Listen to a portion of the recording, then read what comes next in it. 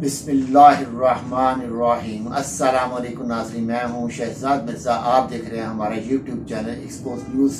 ناظرین، expose news ہمارا face بک page بھی ہے، اس پہ بھی آپ ویڈیو ہماری دیکھ سکتے ہیں۔ ناظرین، آج عمران خان صاحب نے بڑا اہم فیصلہ کیا ہے۔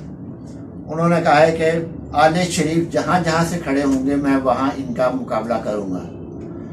آل شریف سے مراد یہ ہے کہ نواز شریف، شہباز شریف، مریم نواز، سلمان شہباز، حمزہ شہباز، اسحاق ڈار، جہاں کہیں بھی آل شریف جتنے بھی کھڑے ہوں گے تو ان کے خلاف میں کھڑا ہوں گا۔ جس حلقے سے بھی کھڑے ہوں گے، چاہے وہ گوارمنڈی کا حلقہ ہو، چاہے وہ رائیونڈ کا ہو، جہاں بھی ہو، میں وہاں سے ان کے مقابلے طرح کھڑا ہوں گا۔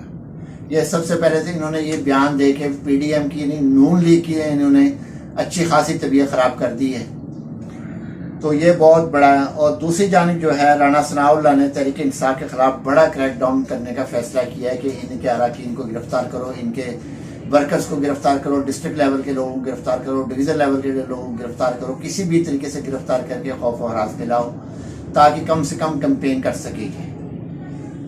تو ناظرین، جو انہوں نے فیصلہ جو الیکشن کمیشن نے کہا ہے وہ 54 سے 57 روز کا ہے، جو 9 سے 1 مئی سے یہ 30 اپریل سے 7 مئی کے دوران کا ہے۔ تو ناظرین، آگے جو ہے فواد چودھری صاحب نے کہا کہ 3 ججز کے خلاف انتہائی اقدام، ہم عدلیہ کے ساتھ کھڑے ہیں۔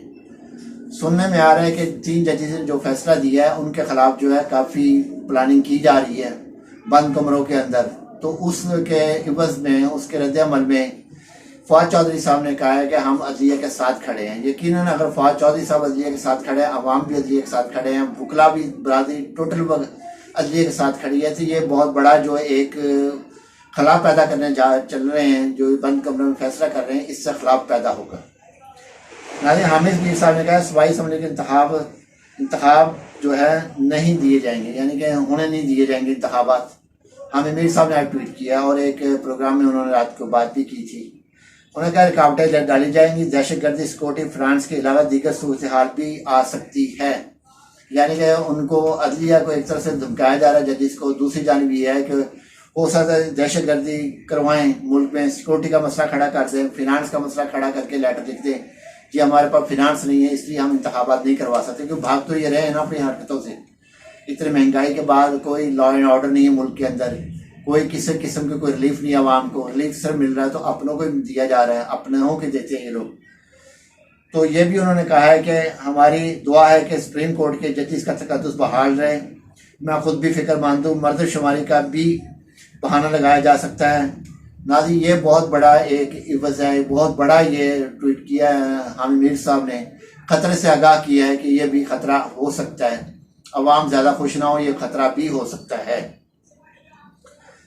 تو آگے چل کے جو ہے رات جو انہوں نے ایک پیمرا کی خلاف ورزی کی ہے سما ٹی وی نے، سما ٹی وی کے اوپر رہا کے سابق میجر جو ہے، میجر گرایا جو ہے، اس نے کہا ہے کہ سابق میجر نے کہا ہے کہ عمران خان میں انا پرست ہے، انا بہت ہے۔ یہ جو کلپ چلائی گئی ہے یہ وہاں پہ سما ٹی وی پہ چلائی گئی ہے۔ یہ غیر ملکی ایک آدمی کو جو راہ کا سابق میجر ہے، اس نے اتنی بڑی بات کر دی کہ ٹی وی کے اوپر اس کا کلپ چلایا گیا۔ کیوں چلایا گیا؟ بھارت کا کلپ کیوں چلایا گیا؟ یہ بھی پیمرا کی خلاف ورزی نہیں ہے؟ اگر کوئی اور بول ٹی وی چلا دیتا، اس کے اوپر لائسنس کینسل ہو جاتا، اس کے لائسنس منسوخ کر دیا جاتا۔ تو ناظرین، یہ عجیب و غریب ہے کہ انہوں نے سلسلہ جو فرعونیت کا شروع کیا ہوا ہے، یہ ان کو بھرپور نقصان دے رہا ہے، یہ اپنے نقصان خود کروا رہے ہیں اپنے ہاتھ سے۔ تو ناظرین، ایک اور خبر جو ہے وہ ہے یہ کہ میڈیکل کی بنیاد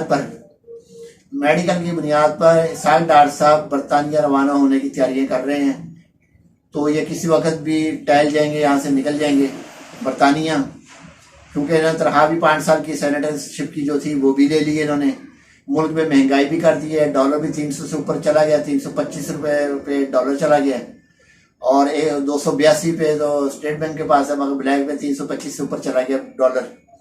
تو یہ میڈیکل کی بنیادوں میں بھاگنے کی کوشش کر رہے ہیں، اس لیے کہ کسی بھی طریقے سے اب جان چھوٹے، کیونکہ یہ تو بڑا دیکھنے آئے تھے اس کو، IMF کو، ورلڈ بینک کو، ایشین ڈیولپمنٹ بینک کو، انہوں نے تو دیکھ لیا، انہوں نے دکھا بھی دیا ان کو کہ یہ تمہاری اوقات ہے، تمہاری اوقات اتنی سی ہے کہ جو کہا جائے اس پہ عمل کرو۔